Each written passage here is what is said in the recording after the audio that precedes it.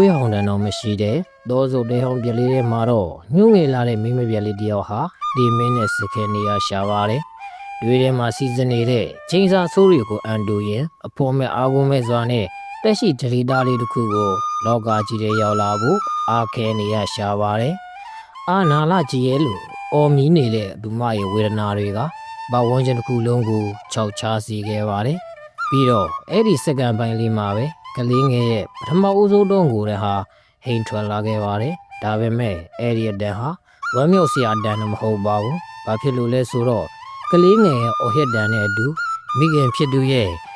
လူသားဆန်မှုတွေဟာလည်းအစိတ်စိတ်အမွားမွားအကွဲသွားခဲ့လို့ပါပဲ။သူမရဲ့နောက်ဆုံးလက်ကျန်အင်အားတွေနဲ့ညှစ်ထုတ်လိုက်တဲ့အခါမှာဒါဦးလေးဟာအတက်တစ်ခုကိုယူဆောင်လာတာမဟုတ်ပဲသူမရဲ့ဝိညာဉ်ကိုပါ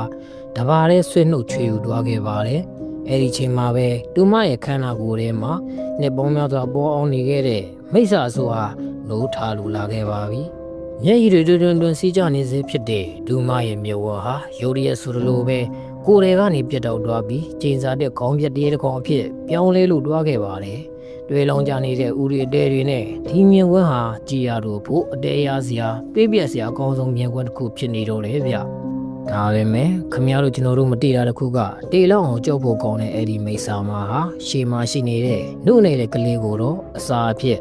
ဝါမျိုးဖို့ရာကြံရွယ်ခြင်းမရှိခဲ့ပါဘူး။ရွှေရှာဆက်ရုပ်ဖွေရာကောင်းတဲ့သူမရဲ့ဦးနုဦးမလေးနဲ့တွေစွန့်ထက်နေတဲ့သူ့ရဲ့ရင်တွင်းငယ်လေးကိုအတားရထွေးပွေနေတော့တယ်ဗျ။အမေဒီမှာရှိတဲ့နော်တားလေးမှောင်မိုက်တဲ့မှောင်တို့ထဲပူမုံနဲ့ဆိုင်တဲ့မိခင်မြတ်တာဟာဘလို့မိစ္ဆာမဆိုအနံ့ယူနိုင်စွမ်းရှိတယ်ဆိုတာဖော်ပြလို့နေပါတယ်။သူမဟာတွေးပြစရာကောင်းနေတဲ့အတန်ကြီးနဲ့ရှိုက်ကြီးနဲ့ငိုကြွေရင်ကလေးငယ်ကိုချော့မိလို့နေပါတယ်။အော်အမေရတားလေးငုံနေတော့နော်မိသားလေးကိုပြမတော်ပါဘူးအမေဒီနားနဲ့ရှိနေတယ်နော်မိသားလေးကိုတိတ်ချစ်ပါတယ်ကွယ်နေမင်းကြီးထွက်ပေါ်လာတဲ့အချိန်တိုင်းမှာသူမဟာလူသားတယောက်လိုဟန်ဆောင်ထားတဲ့မျက်နှာဖုံးကိုပြန်ဆွဲရပြန်ပါတယ်ရာသားတွေရဲ့အမြင်မှာတော့သူမဟာစိတ်မနှံ့နဲ့လေလွတ်အမျိုးသမီးတယောက်လိုထင်ခဲ့ကြပါတယ်ဒါပေမဲ့အဲ့ဒီဟောင်းနေနေတဲ့လေဘက်ပေါ်အောင်မှာညာဘက်ရောက်ရင်သူမကဘလို့မိတ်ဆွေမျိုးပြောင်းလဲသွားတယ်ဆိုတာဘယ်သူမှမသိခဲ့ကြပါဘူးသူမတောင်းရမ်းလို့ရရမြပြားစီလေးတွေငွေဆက်ကူလေးတွေဟာသူမဝမ်းပိုက်အတွက်မဟုတ်ပါဘူးသူမရဲ့ရင်သွေးလေးတက်ဆက်ဖို့နှုံးမဝေဖို့အတွက်ပဲဖြစ်ပါတယ်ဒါပေမဲ့လူတွေကတော့သူ့ကိုမြင်ရင်အနာအကက်မခံချင်ကြပါဘူးဟဲလီလီဟိုမိမကိုကြည်စမ်းဒီနေ့ကလေးတယောက်တောင်ပါလာပါလားဘယ်သူနဲ့ရတာလဲမသိဘူး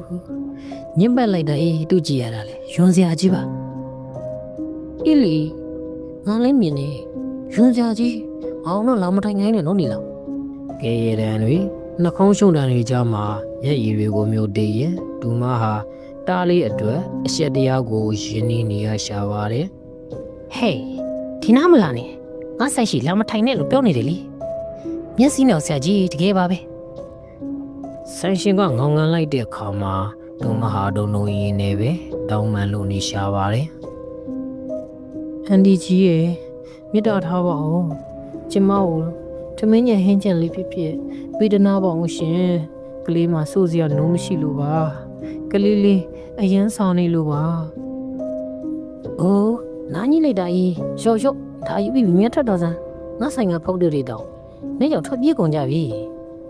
ဟင်းချင်လေးတစ်ထုပ်ကိုပြေးပေးလိုက်တဲ့အခါမှာတော့သူမဟာမျက်ရည်တွေချားတွေကပဲပြုံးပြလို့နေရှာပါတယ်ယူစစ်တမာရင်နော်အန်ဒီဒီဆိုင်ကြီးလဲဒီထက်မကရောင်းကောင်းပါအဲ့ဒီချိန်မှာသူမအတွက်အဆိုးဝါးဆုံးနဲ့အပင်ပန်းဆုံးအချိန်ပဲဖြစ်တယ်ဗျအားနေနေတယ်သူမရဲ့ခန္ဓာကိုယ်ထဲကမိစ္ဆာစိတ်ဟာသမင်းတို့ထက်ပုံမပြင်းထန်တဲ့အရာတစ်ခုကိုတောင်းဆိုလို့လာနေပါပြီပဝန်းကျင်ကထွက်ပေါ်လာတဲ့တွေးညီနှံတွေနဲ့ပုံစော်နှံတွေဟာသူမအတွက်တော့ကဘာပေါ်မှာအမွေးရဆုံးရင်နှံလိုမျိုးဖြစ်လာပါပြီသူမကိုရှူတွတ်တွတ်မတက်ဆွဲဆောင်နေတော့တာပေါ့ဒူမဟာအန်ဂျီပီမိစ္ဆာစိတ်ကိုအာတင်းကအောင်အီးလို့နေရရှာပါတယ်။ရှင်ထဲမှာနိုးထလာတဲ့မိစ္ဆာဆိုးကိုလည်းအစံကုန်ဟန်တာနေရှာပါတယ်။ဘာဖြစ်လို့လဲဆိုတော့အကယ်၍တာဒူမစိတ်လွတ်သွားခဲ့ရင်ဘေးနာကဒူမရဲ့ရင်သွေးလေးပါအန်ဒီရဲ့ဖြစ်သွားမှာကိုတီလောက်အောင်ကြောက်နေလို့ပါပဲ။ဒီခံစမ်းအောင်ထားစမ်းအခုထုံမတော်ပါနဲ့အိုးဒါလေးကိုပြင်မထားနဲ့မဖြစ်ဘူးငါတော့ခံရမယ်။ ငါတားလေးတွေငါတောက်ခံရမယ် သူမကိုပြန်ပြောရင်းအန်ကျိတ်ထားရပါတယ်ဒါပေမဲ့တွေးလုံးကြနေတဲ့ဦးတွေကတဆက်တွန်းခါလာပြီးတွေးညီနဲ့ကိုတောင်းဆိုလာပြီးပဲဖြစ်ပါတယ်အမေကိုခွင့်လွတ်ပါတားလေးရဲ့အမေရမ်းစနေပြီအမေဆက်ပြီးအောင်မထားနိုင်တော့လို့ပါအမေခဏလေးပဲတွားမှာပါခဏလေးပဲနော်တားလေးအမေမြင်ပြန်လာခဲ့မယ်နောက်ဆုံးမှာတော့ဆာလာမှုတန်ကိုမခံနိုင်တော့တဲ့ဆုံးသူမရဲ့တက်မက်ခန္ဓာကိုယ်ကြီးကိုကလေးအနာမှာအဆောင်ရှော့ဖြစ်ထားခဲ့ပြီးမိုးမလင်းခင်မှာပဲပိုက်ထက်ကတောက်လောင်နေတဲ့ငတ်မွတ်မှုကိုဖြေဖျောက်ဖို့အတွက်သူမရဲ့တော်ရင်တလိဆန်ဆန်နဲ့အဒီစိတ်တွေနဲ့အတူအမောင်လေးကိုပြန်တက်လို့တွားခဲ့ပါတယ်ရွာသားတယောက်ကတုံရင်လေတံနဲ့အခုလိုစကားဆိုပါတော့တယ်တကြီးဒီတိုင်အောင်ကြည့်ပါဦးဗျာဒါမျိုးကခွေးကြိတ်တာတော့မဖြစ်နိုင်ဘူးဗျာဒီမှာလေးကြည့်ပါဦးတိတ်ကဦးရီအတဲတွေဆိုတာအခုမှဝိုးမကြမ်းဘူးအကုန်ပြောင်းတလင်းခါနေရပြီနေညကကျွန်တော်အပေါ်သွားတော့တွေးလိုက်သေးကြဗျာအစိမ်းအောင်လင်းနေညအကြီးကြီးပဲဗျာခေါင်မိုးပေါ်ကနေဟိုဘက်ကတိတ်ချိုင်းဘက်ကိုပြန်တော့တာဗျာအမလီဗျာအခုလိုပြန်ပြောရင်တော့မှကြက်တီတွေထားတယ်တော့ဗျာဒီအချိန်မှာရွာလူကြီးကလည်းအန်ကျိတ်ပြီးဒေါ်ရာကြီးနဲ့အခုလိုပြောပါတော့တယ်ဒီတဝါကတော့လိတ်ကိုရောက်တက်လာပြီကွာမင်းညကစိုးမောင်တို့အိမ်ကဘဲတွေဒီညတော့ငါအိမ်ရောက်ပွားနောက်ဆိုဘင်းဖြစ်အောင်မလဲမသိဘူးဒီတိုင်းသာလွတ်ထားရင်တော့ငါတို့ရွာကလေးတွေပါအန်တီရှိလာနိုင်တယ်ဖြစ်ဘူးမဖြစ်ဘူးမိဖမ်းမှာဝုတ်ဖြစ်မှာလောကမှာဖုံးပြီးလို့မရတဲ့လှုပ်ဝက်ချက်ဆိုတာမရှိပါဘူးသူမချန်ရက်ခဲ့တဲ့ဒီမင်းရဲ့အငွေတက်တွေကပျက်စီးခြင်းအနှိဋ္ဌာယုံတွေကိုဖိတ်ခေါ်နေတယ်လို့ဖြစ်နေပါတယ်ရွာသားတွေကတယောက်တစ်ပေါက်နဲ့ပြောဆိုကြရင်ကြောက်စုပ်တွေဟာတဖြည်းဖြည်းနဲ့မုံတရားအဖြစ်ပြောင်းလဲလို့လာခဲ့ပါတယ်အဲ့ဒီညကတရွာလုံးမှာဘယ်သူမှမပြောပြရဲကြပါဘူးရွာလူကြီးကတော့ရွာပါအာဝမောင်းတဲ့လူငယ်တွေကိုစူးစီးလိုက်ပြီးတရေမာကိုမြစ်ပြအောင်ရှင်းထုတ်ဖို့လုံးနေကြပါတယ်ကြောက်စိတ်ဆိုတာကလူတွေကိုမယုံနိုင်အောင်လဲစီလုံးစီပါတယ်လူဆုံးပြီဆိုတာနဲ့တကြီးလဲရွာသားတွေကိုအခုလိုလူစုခွဲခိုင်းလိုက်ပါတော့တယ်အားလုံးအရောင်းကြစမ်းဒီနေ့ငါတို့ဒီမိတ်ဆာမဟုတ်အမိဖမ်းပြီးတော့ဒီအတက်ရမယ်ကွာအဲ့လိုဒီတက်နိုင်ဖို့ဆိုတာကလည်းအဖွဲခွဲပြီးစောင့်มาတာငါတို့ကမိနိုင်မှာအဲ့တော့မင်းတို့ဖွဲ့ကဘဲကြံနေမှာတော့စောင့်ငါတို့ဖွဲ့ကတစ်ချက်မှာတော့စောင့်လိုက်ပဲစိတ်ချပါတကြီးဒီညတော့ဒီတရက်မှာမလွတ်စေရဘူးဗျာကျွန်တော်အာမခံတယ်ဒါပဲမဲ့အမဲလိုက်ခံရတော့မဲ့တစ်ဖက်ချမ်းမှာတော့အခြေအနေတွေဟာအဆိုးဝါးဆုံးကိုရောက်ရှိလို့လာခဲ့ပါပြီ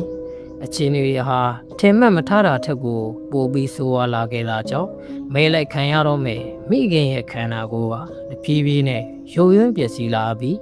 ရင်တွေကိုတိုက်ကြွေးဖို့မိခင်တို့တော့အထွက်နိုင်တော့ပါဘူးစားလောင်လွန်းလို့ငိုကြွေးနေတဲ့ကလေးငယ်ရဲ့အတန်ကလည်းမိခင်တယောက်ရဲ့နှလုံးသားကိုတန်ကြွနဲ့အထိုးခံရတဲ့လိုမျိုးပြင်းပြထန်ထန်ကိုနာကျင်ခံစားနေရရှာပါတယ်ရွာပြင်မှာတော့ရွာသားတွေကလက်နက်ကိုစီနဲ့စောက်ကြုံနေတာကိုတူမတီးပါတယ်ဒါပဲမဲ့တူမရွေးချယ်စရာလမ်းမရှိတော့တာကြောင့်အရေးစွန့်ပြီးထွက်ခွာဖို့ဆုံးဖြတ်လိုက်ပါတော့တယ်ခဏလေးပဲတိခံပေးပါနော်ဒါလေးအမေမြန်သွားပြီးအရင်ပြန်လာခဲ့မယ်နော်ဆာလောင်မှုခဏတိခံထားပါနော်ဒါလေးမိခင်မြတ်သားဆိုတာအတက်ခံရင်ခံရပါစေကလေးကိုတော့ငတ်မထားနိုင်မှုဆိုတဲ့စိတ်တခုတည်းနဲ့အမောင်လူတွေကိုတဖန်ပြန်တက်သွားခဲ့ပြန်ပါတယ်ဒူမမတီးတာတခုကရွာရာတွေဟာအရက်လေးမျက်နှာနှံ့ကနေဒူမကိုစောင့်ကြည့်နေတယ်ဆိုတာပါပဲဟျောင်းနေဟိုမှာကြည်သားဟိုမှာစိတ်အောင်လင်းနေကြီးလာနေပြီဒါမဲ့ရဲတော့ပြစ်ကြနေတော့ဟာတေးကြပြီပိုင်မီဆိုမှပြစ်ကြတော့ဟာဒီလိုနဲ့တရေမှာအနာကိုရောက်လာတာနဲ့တပြိုင်နဲ့တနက်တွေနဲ့ဝိုင်းပြီးပြစ်ခတ်လိုက်ကြပါတယ်တနက်တန်တွေကလည်းတတော်လုံးကိုဟင်းထွက်လို့တွားခဲ့ပါတယ်ဟေးမလွတ်စင်းနဲ့နော်အဲ့ဒီအလင်းနောက်ကိုလိုက်ကြမြင်လိုက်ကြတရေမကဟိုဘက်ပြေးသွားပြီလိုက်ကြဟေးလိုက်ကြ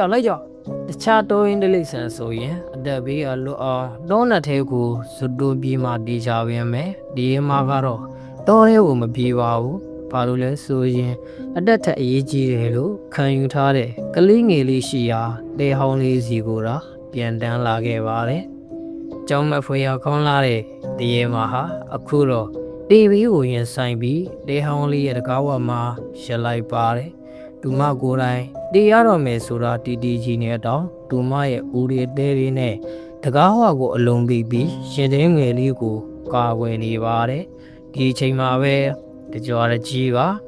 တရေမရဲ့ဦးကောင်းတက်တဲ့ကိုတနက်နဲ့ပြချလိုက်ပါတော့တယ်ရသားတွေကလည်းတနက်တွေကိုစီနဲ့တပ်ဖို့ရပြင်ဆင်လိုက်တဲ့အချိန်မှာပဲရုတ်ရက်ဆိုလိုအမောင်တွေကနေ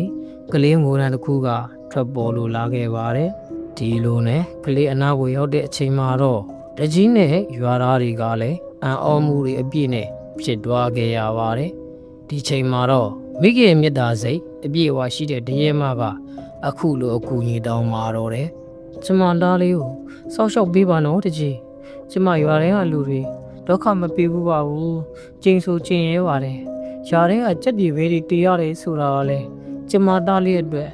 လုံးမထွက်တော့လို့အဲ့ဒီလိုလုံးလိုက်ရတာပါနားလည်းပေးကြပါနော်သားလေးကိုလည်းစောင့်ရှောက်ပေးကြပါလို့တောင်းဆိုပါတယ်နော်အဲ့ဒီစကားဆုံးမှာတော့သားလေးအပေါ်စိတ်ချလက်ချဖြစ်သွားပြီးအတဝိညာဉ်ခြုံငိမ့်ကအသက်ဆုံးရှုံးလို့သွားပါတော့တယ်ချိန်စာတက်ခေါင်းပြက်တရဲ့ဇလန်းလေးကတော့ပြီးဆုံးလို့တွားခဲ့ပါပြီကျွန်တော်ရဲ့ဇလန်းလေးကိုနားထောင်ပြီးဘဝမောတွေ